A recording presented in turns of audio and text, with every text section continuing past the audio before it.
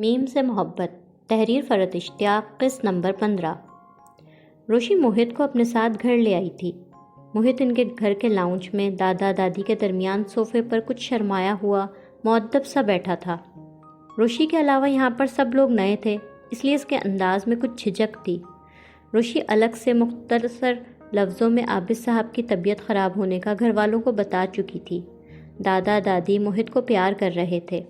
یہ لوگ موہت کو پریشان نہیں کرنا چاہتے تھے، اس لیے کوئی بھی عابد صاحب کی بیماری کی بات نہیں کر رہا تھا۔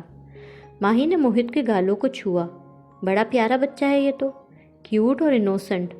ماہی پیار سے بولی، اس کی کیوٹنس پر نہ جاؤ، بڑا تیز ہے یہ، مجھے ویڈیو گیمز میں چیٹنگ کر کے ہمیشہ ہرا دیتا ہے۔ روشی شرارت سے بولی، چمن جاؤ بچے کے لیے کچھ کھانے کو تو لے کر آؤ۔ دادی بولی، کیا کھاؤ گے بیٹا؟ چمن بوا دادی کو سر ہاں میں ہلاتے جواب دیتی ہوئی موہت سے پوچھ رہی تھی۔ موہت جھجک کے بول نہیں پایا۔